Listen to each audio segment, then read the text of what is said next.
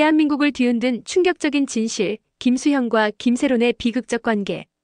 그 안에 숨겨진 어두운 그림자가 마침내 세상에 드러났습니다. 한국 연예계를 뒤흔든 충격적인 스캔들이 또다시 대중의 마음을 무겁게 짓누르고 있습니다. 한때 국민 배우로 불리며 수많은 사랑을 받았던 김수현과 비극적인 죽음으로 많은 이들의 가슴을 아프게 했던 김세론 사이의 관계가 다시 한번 세간의 이목을 집중시키고 있는데요.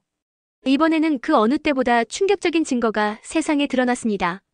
바로 김세론이 17살 때 자신의 떨리는 손으로 직접 써내려간 일기장의 내용이 공개된 것입니다. 김수현의 40분 동안 눈물로 가득한 기자회견 이후 김세론 가족 측은 계속해서 한국 스타의 주장에 반박하는 증거를 제시하고 있습니다. 그 눈물의 진정성을 의심하는 목소리가 높아지는 가운데 김수현의 40분간의 기자회견은 많은 이들에게 의문을 남겼습니다. 과연 그 눈물은 진심이었을까요? 아니면 대중의 동정심을 얻기 위한 연기였을까요? 연기의 신이라 불리던 그의 눈물이 이번에는 오히려 의심의 대상이 되었습니다. 양측의 싸움은 현재까지도 멈출 기미를 보이지 않고 있습니다. 이 싸움은 마치 끝없는 터널과도 같습니다.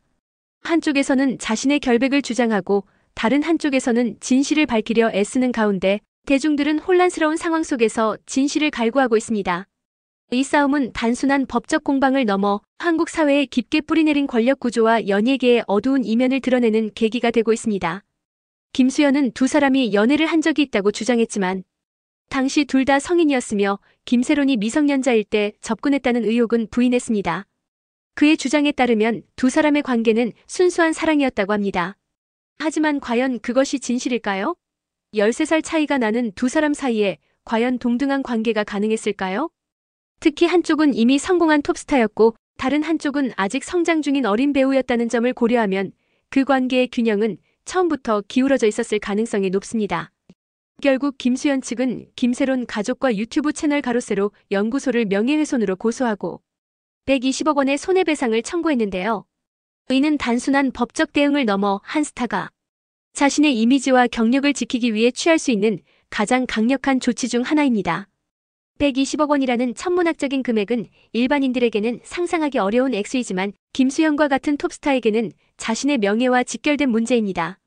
이런 상황 속에서도 고 김세론 배우의 가족은 여전히 강하게 반박하며 단 1원의 배상도 하지 않겠다는 입장을 고수하고 있습니다.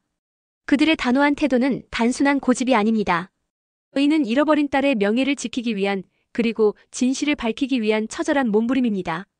120억 원이라는 거액의 손해배상 청구에도 불구하고 그들은 한 발짝도 물러서지 않고 있습니다. 이와 함께 김수현의 타락한 행위들이 김이 17세 때 쓴 일기장을 통해 계속해서 밝혀지고 있어 많은 사람들을 소름 끼치게 만들고 있습니다. 이 일기장은 단순한 개인적 기록이 아닙니다. 이는 한 어린 소녀가 겪었던 고통과 혼란, 그리고 무력감을 생생하게 담아낸 증언입니다. 17세, 아직 세상의 복잡함을 다 이해하기에는 너무나 어린 나이에 그녀가 경험했던 일들은 과연 어떤 것이었을까요? 그것은 김수현이 술에 취해 늦게 집에 들어오고 김세론에게 자신의 뜻대로 행동하라고 강요한 경험들을 떨리는 손으로 적어내려간 글이죠. 그 떨리는 손길에서 우리는 한 어린 소녀의 두려움과 혼란을 느낄 수 있습니다. 술에 취한 성인 남성 앞에서 무력했던 그녀의 마음은 어땠을까요? 자신보다 훨씬 나이가 많고 사회적으로도 강력한 영향력을 가진 사람의 요구를 거절하기란 얼마나 어려웠을까요? 이것이 바로 김수현의 그루밍 혐의를 부인할 수 없는 증거입니다. 그루밍이라는 단어는 최근 들어 우리 사회에서 자주 언급되고 있지만 많은 사람들이 그 의미를 정확히 이해하지 못하고 있습니다. 그루밍이란 성인이 미성년자에게 접근하여 신뢰관계를 형성한 후 이를 이용해 성적인 관계로 이끌어가는 행위를 말합니다. 이는 단순한 성범죄를 넘어 정신적 조작과 통제가 수반되는 매우 교묘하고 악질적인 범죄입니다. 구체적으로 어떤 내용이 밝혀졌는지 오늘 영상 끝까지 시청해주세요. 이 영상에서는 단순히 표면적인 사실만을 전달하는 것이 아닙니다. 우리는 이 사건의 깊은 곳까지 파고들어 숨겨진 진실을 밝혀내고자 합니다. 왜 이런 일이 발생했는지, 어떻게 이런 상황이 지속될 수 있었는지, 그리고 이것이 우리 사회에 어떤 의미를 갖는지까지 심층적으로 분석할 예정입니다. 법률 대리인 측은 지난 3월 31일 가세연의 라이브 방송에서 공개된 이른바 소주 데이트 영상과 김수현이 카메라를 들고 고 김세론이 침대에 누워 잠든 모습을 촬영한 사진에 대해 해당 자료들은 2018년 6월에 촬영된 것이 맞다라고 인정하면서도 당시 두 사람은 연인 관계가 아니었다라고 선을 그었습니다. 이러한 부분적 인정은 매우 전략적인 선택으로 보입니다. 완전히 부인할 수 없는 증거에 대해서는 사실관계를 인정하되 그 해석에 있어서는 자신들에게 유리한 방향으로 이끌어가는 전략입니다. 당신은 만 17세의 고등학교 2학년이었으며 김수현은 군 복무 중인 만 30세였죠. 이 나이 차이는 단순한 숫자 이상의 의미를 갖습니다. 13살이라는 나이 차이는 인생 경험과 사회적 지위, 그리고 권력 관계에 있어 엄청난 격차를 의미합니다. 특히 한쪽은 이미 성공한 톱스타였고 다른 한쪽은 아직 성장 중인 고등학생이었다는 점을 고려하면 두 사람 사이에 동등한 관계가 형성되기는 매우 어려웠을 것입니다. 한편 가세현 측은 김세론이 2018년 6월 20일 밤 11시 20분경 자택에서 촬영한 19초 분량의 영상과 해당 영상의 메타데이터를 공개한 바 있습니다. 이 영상과 메타데이터는 단순한 주장을 넘어 구체적이고 객관적인 증거로서의 가치를 갖습니다. 특히 메타데이터는 디지털 증거의 신뢰성을 높이는 중요한 요소입니다. 이는 영상이 언제, 어디서 촬영되었는지에 대한 객관적인 정보를 제공하기 때문입니다. 해당 영상 속에서 김세론은 휴가를 나온 김수현에게 맛있냐, 빨리 먹어라라고 말하며 챙기는 모습을 보였고 김수현은 일단 닭볶음탕이라고 하며 일하며 음식을 평가하는 장면이 담겼는데요. 이 영상 속 대화는 단순한 대화 이상의 의미를 갖습니다. 맛있냐, 빨리 먹어라라는 말은 매우 친밀한 관계에서 나올 수 있는 표현입니다. 특히 한국 문화에서 음식을 챙기는 행위는 매우 친밀한 관계를 상징하는 경우가 많습니다. 식탁 위에는 소주병과 2개의 소주잔이 놓여 있었습니다. 이 소주병과 소주잔은 단순한 식탁 위의 물건이 아닙니다. 이는 두 사람이 함께 술을 마셨다는 명백한 증거입니다. 특히 당시 김세론이 만 17세의 미성년자였다는 점을 고려하면 이는 매우 심각한 문제가 될 수 있습니다. 한국에서는 미성년자에게 술을 제공하는 행위 자체가 불법입니다.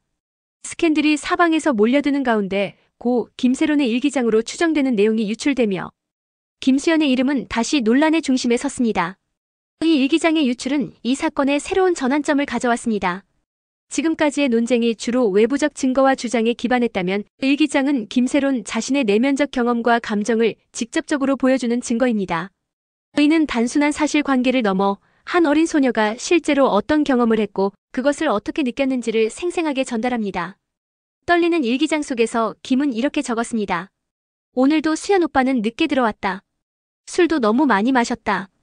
또 나에게 그 일을 하라고 강요했다. 나는 정말 하고 싶지 않았다. 이 짧은 몇 줄의 글 속에는 한 어린 소녀의 깊은 고통과 무력감이 고스란히 담겨 있습니다. 오늘도라는 표현은 이러한 상황이 반복적으로 발생했음을 시사합니다. 늦게 들어왔다는 표현은 두 사람이 함께 생활하는 공간을 공유했을 가능성을 암시합니다. 또 다른 부분에서는 그녀가 이렇게 털어놓았습니다. 수연 오빠는 그 일할 때만 나를 찾는 것 같다. 어른들은 다 그런 걸 좋아하는 것 같다.